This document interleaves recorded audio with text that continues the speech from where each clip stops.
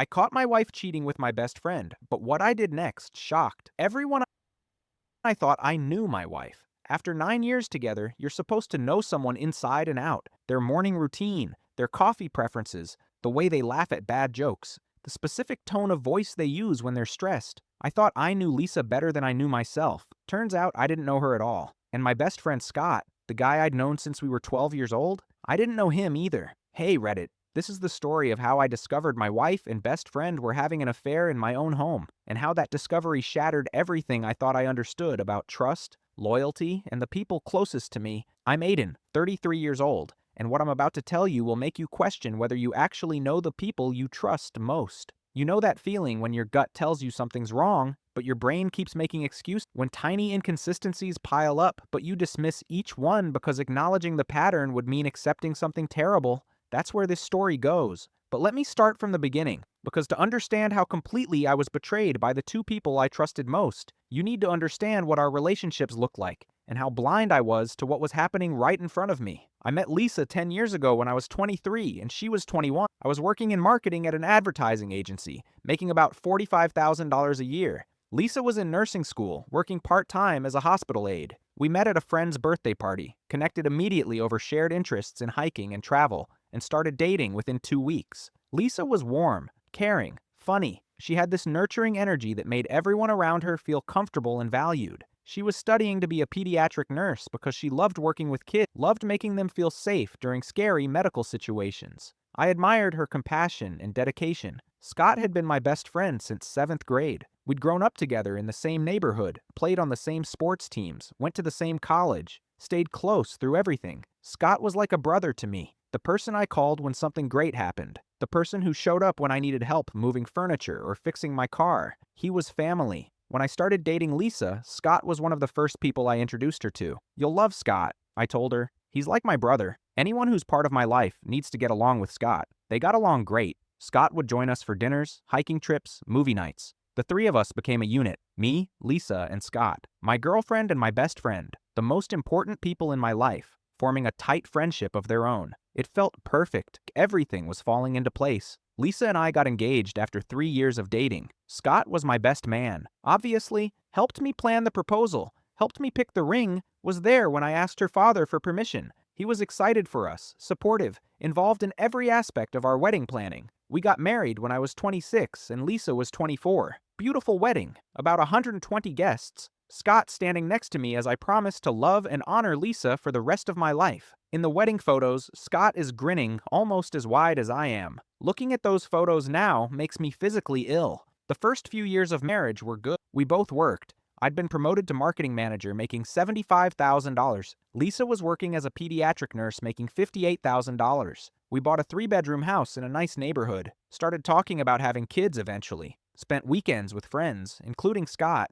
who was over at our house at least twice a week. Scott was single, had been through a few relationships that didn't work out. He'd joke about being the third wheel, but we always made sure he felt included. He had a key to our house, would sometimes water our plants when we were traveling, would let himself in to drop off things or start dinner before we got home from work. Looking back, giving him that key was one of the worst decisions I ever made. 5 years into our marriage, Lisa and I started trying for a baby. It took a while, about 18 months, but eventually she got pregnant. Our daughter Emma was born when I was 31 and Lisa was 29. Beautiful, perfect, everything we'd hoped for. Scott was there at the hospital when Emma was born, brought flowers, took photos of us with the baby, helped us carry everything to the car when we took Emma home. He was Uncle Scott from day one, involved and supportive and excited to be part of Emma's life. That first year with a baby was hard. Lisa took maternity leave for 4 months, then went back to work part-time, 3 12-hour shifts per week instead of her previous full-time schedule. I'd been promoted again to senior marketing director making $95,000, which helped compensate for Lisa's reduced income. Between Lisa's part-time nursing and my director role, we were doing okay financially, but we were exhausted. Emma was a difficult baby, didn't sleep well, cried constantly, had colic that lasted months. Lisa and I were both running on minimal sleep, stressed about work and parenting, barely finding time for each other. Scott stepped up during this time. He'd come over to hold Emma so we could shower or nap. He'd bring takeout so we didn't have to cook. He'd do small repairs around the house that we were too exhausted to handle, fixing a leaky faucet, replacing a broken door handle, cleaning the gutters. I don't know what we'd do without you. I told him one evening after he'd spent 3 hours assembling Emma's new crib. You've been amazing through all of this. That's what family does, Scott said, smiling at Lisa, who was feeding Emma on the couch. You guys are my family. I'm happy to help. Lisa smiled back at him. We really appreciate you, Scott. You're the best. At the time, that exchange seemed sweet,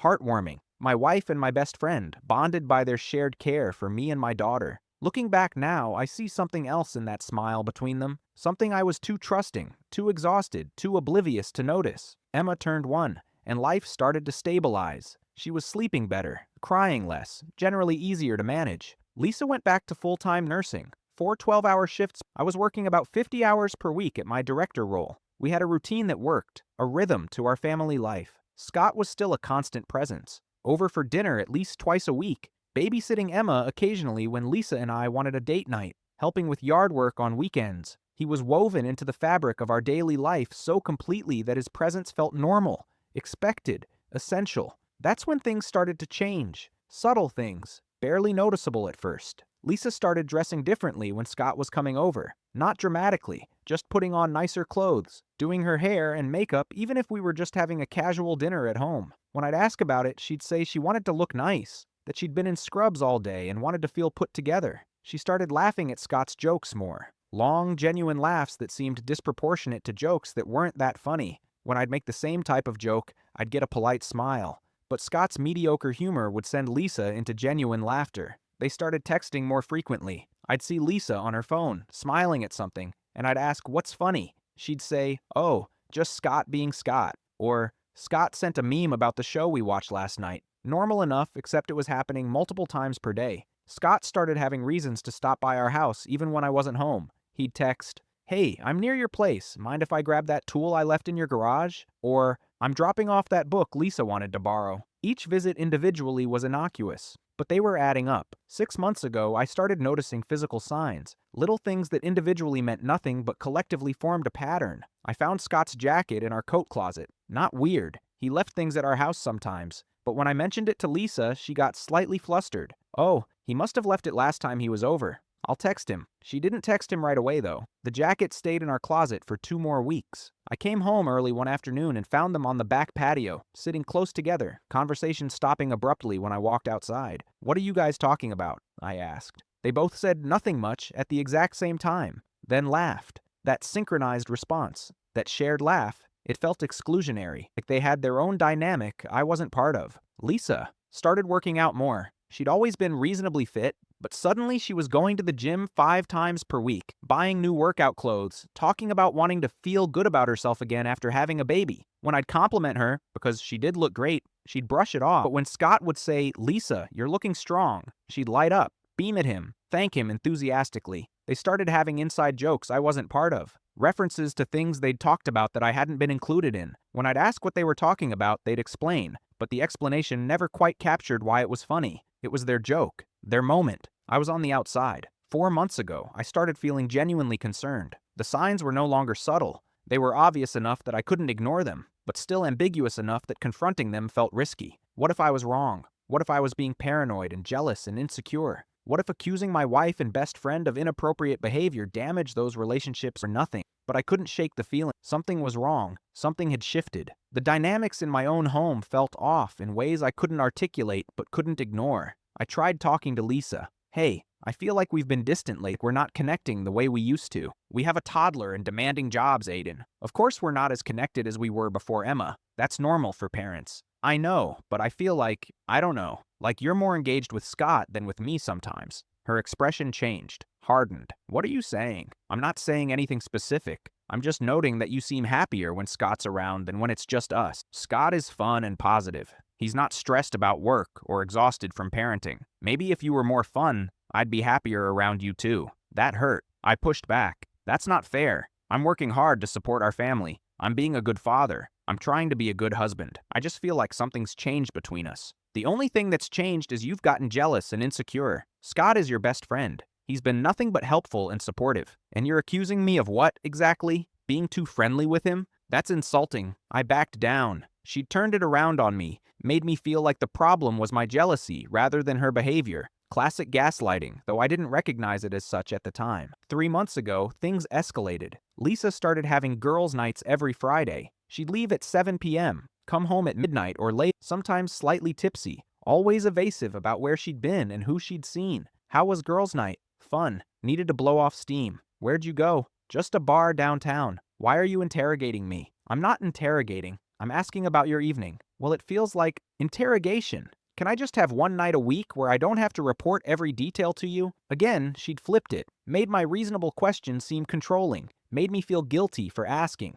On one of these Friday nights, I was home with Emma. Around 9 p.m., Scott texted me, "Hey man, wanna grab a beer? I'm bored." "Can't. I have Emma. Lisa's out with her friends." "Oh, right. Cool. Maybe next time." 20 minutes later, I was putting Emma to bed when my phone buzzed. A mutual friend, Jake, had posted on Instagram a group photo from a bar downtown. I recognized several of Lisa's friends in the photo. I zoomed in, looking for Lisa. She wasn't there. I called Jake. "Hey, you're out with Sarah and the girls tonight?" "Yeah, we're at Murphy's downtown. Why? Is Lisa there?" "Lisa? No, man, it's just me, Sarah, Jen, and Melissa." "Why?" "No reason. Just thought Lisa said she was meeting up with you guys." "Nah, she's not here." "Maybe she's meeting them somewhere else?" "Maybe. Or maybe she lied about where she was." I called Lisa. It went to voicemail. I texted, "Hey, Jake said you're not at Murphy's with them. Where are you?" She responded an hour later. "We changed plans. Went to a different place." "Why?" "Just wondering. When will you be home?" "Midnight, probably." "Stop checking up on me." She came home at 12:30 a.m., defensive and cold. When I asked where she'd actually been, she snapped at me. "I was out with friends. I'm allowed to have a social life. You're being controlling and it's getting really old." 2 months ago, I found a text message thread I wasn't supposed to see. Lisa had left her phone on the kitchen counter while she was in the shower. It lit up with a text from Scott. "Can't wait for tomorrow. I've been thinking about you all day." My stomach dropped. I picked up her phone. It was locked, but the message preview was enough to make my hands shake. What was happening tomorrow? Why was he thinking about her all day? When Lisa came out of the shower, I asked as casually as I could, "What are you doing tomorrow?" "Just running errands." "Why? No plans with friends or anything?" "Nope. Just boring errands." "Why are you asking?" She was lying. Scott's text clearly referenced plans tomorrow. Plans she wasn't telling me about. That night, I barely slept. My mind raced through possibilities, each one worse than the last. Was my wife having an affair with my best friend? Was I imagining things? Was there an innocent explanation I wasn't seeing? The next morning, I told Lisa I'd be working from home. "Actually, something came up at the office. I need to go in after all," I said, watching her face. She looked relieved. "Okay, I'll probably be out most of the day anyway, running those errands." I left the house at 9 a.m. like I was going to work. But I didn't go to work. I parked down the street where I could see our house but wouldn't be noticed. At 10:30 a.m., Scott's car pulled into our driveway. My best friend Scott, using the key I'd given him, letting himself into my house while I was supposedly at work and Emma was at daycare. I sat in my car, gripping the steering wheel, mind racing. Maybe he really was picking up a tool. Maybe Lisa had asked him to help with something around the house. Maybe there was an innocent explanation. I waited. 30 minutes. An hour. Scott's car didn't leave. What were they doing in there for an hour? At noon, I couldn't take it anymore. I drove back to the office, sick to my stomach, unable to focus on anything. That evening, I asked Lisa how her day was. "Fine. Got all my errands done. Pretty boring day, actually." She didn't mention that Scott had been at our house for hours. Neither did he when he texted me later. "Want to grab dinner this weekend? Been too long since we hung out." They were both lying to me, both concealing time they'd spent together. My wife and my best friend, alone in my house, lying about it afterward. I knew then that whatever was happening, it was something they felt they needed to hide, and things you hide are things you shouldn't be doing. 1 month ago, I made a decision I never thought I'd make. I ordered a hidden camera. Small, disguised as a USB charging station, with motion-activated recording. I felt sick doing it. Felt like I was violating Lisa's privacy. Felt like this wasn't who I was supposed to be. But I needed to know. I needed proof of what my gut was screaming at me even as my brain kept making excuses. I installed it in our home office, the room where Scott had said he needed to grab paperwork I was storing for him. The room where Lisa said she'd been organizing on days when Scott's car was in our driveway. The camera was positioned to show most of the room, including the couch we kept in there for when the office doubled as a guest room. I didn't have to wait long for answers. 3 days after installing the camera, I had another work-from-home day that I converted into going to the office. Lisa mentioned she'd be running errands again. Scott texted that morning asking if I wanted to play basketball that weekend. That evening, I came home to Lisa making dinner like everything was normal. I helped her, played with Emma, did the bedtime routine. After Emma was asleep and Lisa was watching TV, I went to the office. I connected the camera to my laptop, hands shaking, downloaded the day's footage. The first clip showed nothing, just the empty office. The second clip, timestamped 10:47 a.m., changed everything. Scott entered the office. Seconds later, Lisa followed. They were laughing about something. Scott closed the door behind them. "How long until he's usually home?" Scott asked. "Not until 6 p.m. We have hours," Lisa responded. Scott pulled Lisa toward him. She didn't resist. They kissed, not a friendly peck. A deep, passionate kiss that made my vision blur with rage and devastation. "I missed you," Lisa said, smiling up at him. My wife, smiling at my best friend the way she used to smile at me. "I missed you too. I hate that we have to sneak around like this. I know, but Aiden can't find out. Not yet. Not until I figure out what I want to do." They moved to the couch. I won't describe what happened next. It's seared into my memory in ways I wish I could erase. But for 47 minutes, my wife and my best friend betrayed me in my own home, on my own couch, while I was at work earning money to support the life Lisa claimed she wanted. The video ended with them getting dressed, kissing again, making plans to meet up Friday, one of Lisa's girls' nights. I sat in that office, laptop open, staring at evidence of the worst betrayal I could imagine. My wife, my best friend, in my house, lying to my face, planning their next meeting while I remained oblivious. I don't know how long I sat there. Could have been minutes or hours. Time had no... My entire reality had shattered. Everything I thought I knew, about Lisa, about Scott, about our relationships, about my life, was a lie. Eventually, I heard Lisa call from the living room. "Aiden, you okay in there?" I closed the laptop, took a breath. "Yeah, just finishing some work." I walked out of that office knowing my marriage was over, knowing my oldest friendship was over, knowing I'd never be able to look at either of them the same way again. But I didn't confront them, not yet, because confronting them in that moment, with all that rage and pain and devastation, would have been reactive, emotional, chaotic. And if there's one thing I've learned in my marketing career, it's that successful campaigns require strategy, planning, and perfect timing. So I smiled at my wife, kissed her goodnight, went to bed next to the woman who was sleeping with my best friend, and I started planning exactly how I was going to make them both pay for what they'd done. I didn't sleep that night. How could I? Every time I closed my eyes, I saw them together. My wife, my best friend, in my house, on my couch, betraying me in the most intimate way possible while I worked to provide for our family. Lisa slept peacefully beside me, her breathing steady and calm. She had no idea I knew, no idea that her lies had been exposed, no idea that the life she thought she was carefully managing, husband on one side, lover on the other, was about to implode spectacularly. Around 3 a.m., I got up quietly and went back to the office. I transferred all the camera footage to an encrypted cloud drive, saved it to 3 different USB drives, and emailed it to myself from a new private email account. Whatever happened next, I needed this evidence preserved and protected. Then I started researching divorce attorneys in our area, custody laws, how infidelity affected divorce proceedings, asset division, everything I needed to know to protect myself and Emma from what was coming. By 6 a.m., I had a plan forming, not a revenge fantasy, something smarter, strategic, comprehensive, a plan that would protect my daughter, my assets, and my future, while ensuring that Lisa and Scott faced real consequences for what they'd done. First step, legal counsel. I needed the best divorce attorney I could afford, someone who understood infidelity cases and would fight aggressively for my interests. At 9 a.m., I called from my office at work. "I need to schedule an urgent consultation. I have video evidence of my wife's affair, and I need to understand my options before confronting her." The receptionist's tone shifted from routine to attentive. "Mr. Chen can see you today at 4 p.m. if that were perfect. I'll be there." David Chen was in his 50s, sharp-eyed, with the calculated demeanor of someone who'd seen every variation of marital dissolution.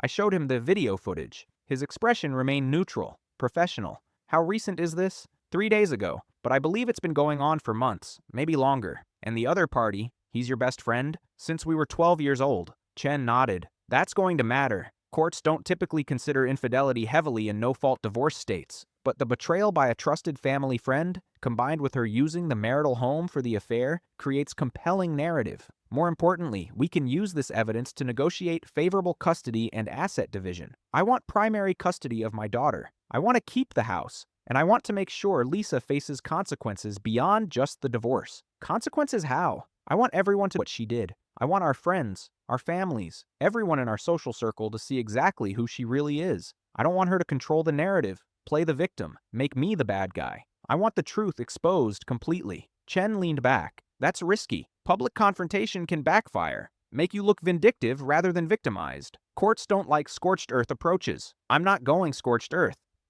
I want to expose them in a way that's undeniable, documented and witnessed by people who matter. Then I want to proceed with divorce proceedings where I have all the leverage. What did you have in mind? I explained my plan. Chen listened carefully, occasionally nodding, sometimes frowning. When I finished, he was quiet for a moment. It's bold, it's risky, but if you execute it correctly, it could work in your favor. You'll need to maintain absolute composure throughout. No anger, no aggression, no emotional outbursts. Just facts and evidence. Can you do that? I thought about the video, about Lisa's smile, about Scott's hands on my wife, about the 47 minutes they'd spent betraying me while I was oblivious. Yes, I can do that. Then let's begin. First, we document everything, every interaction, every lie, every suspicious behavior. We gather financial records to understand the full picture of your assets. We prepare divorce papers to serve immediately when you're ready, and we make sure that when this goes public, you're positioned as the wronged party acting with dignity and evidence, not emotion. Over the next 2 weeks, I became a master of deception. I acted normal, loving husband, supportive friend, devoted father. I smiled at Lisa. I texted with Scott. I went through the motions of my life while systematically building my case. I set up separate bank accounts and began quietly moving money I'd need for legal fees and immediate post-divorce expenses. Not marital assets, my bonuses and personal savings that predated the marriage. Everything legal and defensible, but protected. I documented every girls' night Lisa had. I tracked Scott's visits to our house on days I was supposedly at work. I saved text message threads where they'd coordinated their schedules. I kept logs of Lisa's lies, what she said she was doing versus what she was actually doing. I consulted with Chen twice more, refining the plan, preparing documents, timing everything perfectly, and I reached out to select friends. Not everyone, just key people who I knew would be at the gathering I was planning, people who deserved to know the truth and whose presence would matter. To Jake, my friend who'd been at the bar that night when Lisa claimed she was there but wasn't, "Hey man, I need to talk to you about something serious. Can you meet me for coffee?" Over coffee, I showed Jake the evidence. His face went from confused to horrified to furious on my behalf. "Holy shit, Aiden. I'm so sorry. What are you going to do?" "I'm handling it, but I need your help. I'm planning to confront them at a gathering I'm hosting next Saturday. I need you there as a witness. I need people who care about me to see what's been happening so they understand why I'm divorcing her." "Of course, whatever you need." I had similar conversations with 3 other close friends, showed them the evidence, explained my plan, asked them to be there. Every single one agreed. I also told my brother Ryan, showed him everything. He wanted to confront Scott immediately, but I stopped him. "Not yet. I need this to happen on my terms, at the right time, with the right people present. Can you trust me to handle this?" Ryan looked at the video footage again, jaw clenched. "I trust you, but when this goes down, if you need backup, I'm there. I'll need you there. Saturday, 6 p.m., my house. I'm hosting a barbecue." The barbecue invitation went out to our usual friend group, about 20 people, close friends, couples we socialized with regularly, people who'd been part of our lives for years, including Scott, obviously. Lisa was confused when I suggested host. "We haven't had people over in months. Why now?" "I just feel like we should reconnect with friends. We've been so isolated with work and Emma. Let's have a good time. Remember why we love our social circle." She seemed pleased, suspicious-free. "That sounds nice, actually. I'll help you plan it." We planned it together, my wife and I coordinating a party where I'd expose her affair. The irony was almost funny. Saturday arrived. I'd taken Emma to my brother's house that morning. "Can she stay with you overnight? Lisa and I are having people over and I want her away from adult party noise." Ryan understood. "She can stay as long as needed." By 5 p.m., I'd set up the backyard. Grill ready, drinks chilling, music playing softly. I'd also set up a projector and screen, positioned to be visible from the main seating area. Told Lisa it was for showing photos from our recent vacation. "That's sweet," she said. "People will love that." Guests started arriving at 6 p.m. The friends I'd confided in came early, positioned strategically around the yard. Everyone else filtered in. Couples, singles, our usual crowd. Scott arrived at 6:30, beer in hand, grinning. "Great idea having everyone over, man. We needed this." "Yeah, we did," I said, shaking his hand, looking him directly in the eyes. He had no idea what was coming. By 7 p.m., everyone had arrived. The party was in full swing, people eating, drinking, laughing, enjoying the warm evening. Lisa was in her element, social and charming, playing the perfect hostess. Scott was working the grill with me, making jokes, acting like the honorary family member he'd always been. At 7:30, I clinked a glass to get everyone's attention. The conversation quieted. 20 faces turned toward me expectantly. Hey everyone, thanks for coming. Lisa and I really appreciate you all being here. Before we get too deep into the evening, I wanted to share something with you all. Something important. Lisa looked puzzled but pleased. Probably thought I was going to make a toast about friendship or announce we were pregnant again or something celebratory. I pulled out my phone, connected it to the projector. As some of you know, I've been feeling disconnected from Lisa lately. I couldn't put my finger on why, but something felt off. So I did something I'm not proud of. I installed a camera in our home office to try to understand what was happening. The crowd was silent now, confused about where this was going. Lisa's face started showing concern. Scott had gone very still next to the grill. What I discovered was that my wife and my best friend have been having an affair. In my home, while I was at work. For months. Gasps around the yard. Lisa's face went white. Scott dropped the spatula he'd been holding. I'm going to show you the evidence now. Not because I want to humiliate anyone, though that's certainly a side effect, but because I want everyone here to understand the truth before these two try to spin this story. I want you all to see exactly what's been happening while I was trusting them both completely. Aiden, wait. Lisa started, but I pressed play. The footage appeared on the screen. Scott entering the office, Lisa following, the door closing, their conversation about my work schedule, the kiss. I let it play for about 30 seconds, enough to be absolutely clear what was happening, but not so long it became gratuitous. Then I paused it. The frozen image on the screen showed my wife in my best friend's arms. The silence in the yard was deafening. You could hear individual breaths, the distant sound of traffic, nothing else. I looked at Lisa, tears streaming down her face, mouth open, unable to speak. I looked at Scott, face red, looking at the ground, fists clenched. Then I looked at our friends. Shock, horror, anger, disgust. Every face reflected some version of betrayal on my behalf. I've filed for divorce, I continued, my voice steady and calm. My attorney will be serving papers to Lisa on Monday. I have full documentation of this affair. Dates, times, evidence of lies told to cover it up. I'm seeking primary custody of Emma, and I believe I'll get it given Lisa's behavior. I reached into my pocket, pulled out a folder, handed it to Lisa. These are copies of everything I have. Financial records, text messages, a timeline of your affair. You'll want to give these to your attorney. Then I turned to Scott. As for you, we're done. Permanently. I don't ever want to see you again. You're dead to me, and I'll be making sure everyone in our extended social circle knows exactly what you did. Scott finally looked up. Aiden, Don't apologize. Don't explain. Don't say anything. Just leave. Now. He left, grabbed his keys from the table, walked out through the side gate without another word. I never saw him again. Lisa was sobbing now. Aiden, please, let me explain. There's nothing to explain. I have video evidence. I have your lies documented. I know everything. The only thing I want from you now is a divorce and minimal disruption to Emma's life. Sarah, one of Lisa's friends, spoke up hesitantly. Lisa, is this true? Lisa couldn't even answer, just stood there crying, humiliated in front of everyone who mattered to her. The party disbanded quickly. People didn't know what to do, where to look, how to process what they'd just witnessed. They left in ones and twos, some squeezing my shoulder in support, others avoiding eye contact with Lisa entirely. Within 30 minutes, the yard was empty except for me, Lisa, and my brother Ryan, who'd arrived near the end. I'm staying, Ryan said. Make sure everything stays calm. Lisa finally found her voice. How could you humiliate me like that? In front of everyone. I looked at her, this woman I'd loved for 10 years, and felt nothing but cold detachment. How could I humiliate you? Lisa, you've been sleeping with my best friend for months. In our home. You've lied to my face repeatedly. You've betrayed every vow you made to me. And you're asking how I could humiliate you? We could have handled this privately. No, because privately, you'd control the narrative. You'd tell people we grew apart, that I was difficult, that the divorce was mutual. You'd play the victim and I'd be painted as the bad guy. I needed everyone to see the truth. You're cruel. I'm honest. There's a difference. She left that night, went to stay with her parents. Didn't even pack. Just grabbed her purse and keys and drove away, still crying. Ryan and I cleaned up the yard in silence. When we were done, he pulled me into a hug. You okay? No, but I will be. The next few weeks were chaos.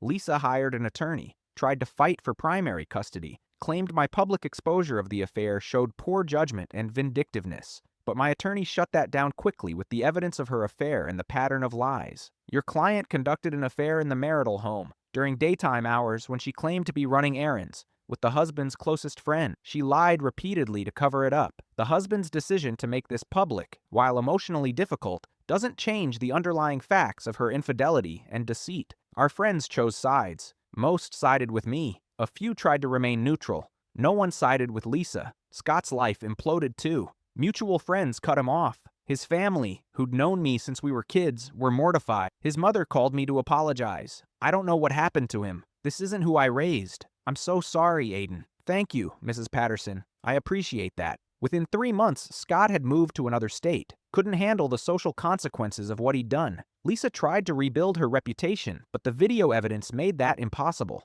People had seen it. There was no ambiguity, no room for alternative narratives. She'd been caught, definitively, betraying her husband with his best friend. The divorce proceedings took 6 months. I got primary custody, 60-40 split, with Emma staying with me during the week and Lisa getting alternate weekends. I kept the house. Lisa got some financial assets in the settlement, but less than she'd hoped for because of the affair and her lies. The day the divorce was finalized, I felt relief more than anything, not happiness. The whole situation was too sad for that, but relief that it was over, that I was free, that I could start rebuilding my life. Emma adjusted surprisingly well. At 2 years old, she didn't understand the divorce, just knew mommy and daddy lived in different places now. I made sure she felt loved and secure, that the adult problems didn't become her problems. A year after the divorce, I started therapy, needed help processing the betrayal, the trust issues, the complicated grief of losing a wife and a best friend simultaneously. My therapist, Dr. Martinez,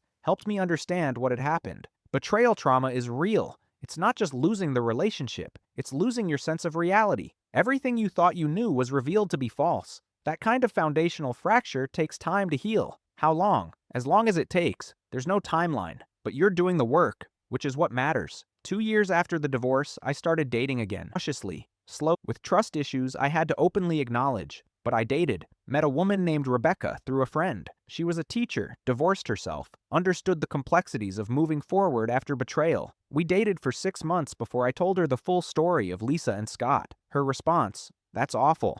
I'm so sorry you went through that, but I respect how you handled it, with evidence and strategy, not just emotion, shows character." 3 years after the divorce, I'm 36. Emma is 5 and thriving. I have primary custody, a supportive social network, a good relationship with Rebecca, who's patient with my trust issues. I've rebuilt my life into something that feels honest and authentic. Lisa is 34 now, still struggling, from what I hear through mutual acquaintances. She dated a few people, but her reputation for infidelity followed her. She's working as a nurse, seeing Emma on weekends, living in a small apartment alone. Scott, I know almost nothing about. He moved to Colorado, cut ties with everyone from our old life. Someone told me he got married, but I don't know if that's true and I don't care. Sometimes people ask if I regret exposing the affair so publicly, if I think I should have handled it more privately. My answer? No, because handling it privately would have meant letting Lisa control the narrative, and she'd already controlled too much of my life through her lies. The public exposure ensured that everyone who mattered knew the truth.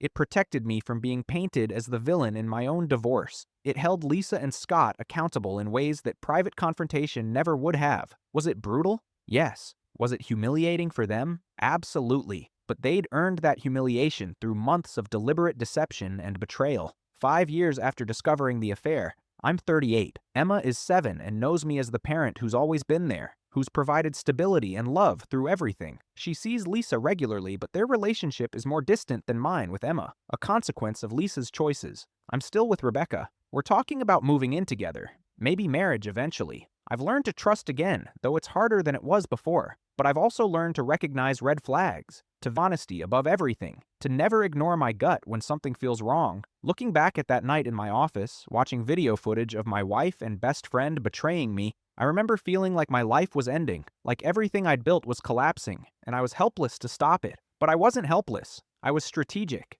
I gathered evidence, consulted professionals, made a plan, and executed it with precision. I controlled the revelation on my terms, protected my daughter and my assets, and ensured that the people who'd betrayed me faced real consequences. Lisa thought she could manage a double life, devoted wife and mother on one side, secret affair on the other. She thought I was too trusting, too oblivious, too focused on work to notice what was happening in my own home. Scott thought our friendship meant I'd never believe he could betray me so completely. They were both wrong, and that miscalculation cost them everything. Their reputations, their social circles, their comfortable lives built on lies. The final lesson I learned: trust is earned through consistent honesty. The moment someone shows you they're willing to lie and deceive, believe them. Don't make excuses. Don't give second chances to fundamental betrayal. Don't try to fix something that's irreparably broken. Lisa showed me who she really was in that video. Scott showed me who he really was in those 47 minutes of footage. And I showed them both who I really was.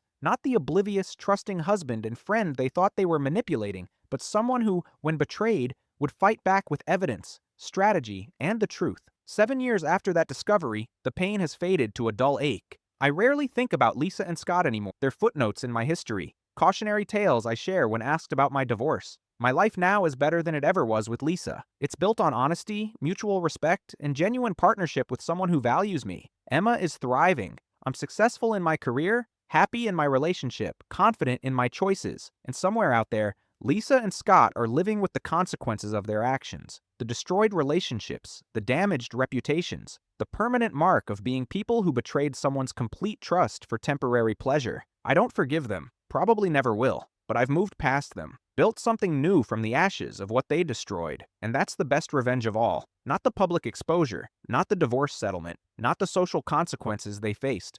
The best revenge is living well, loving authentically, and knowing that while they destroyed what we had, they couldn't destroy who I am.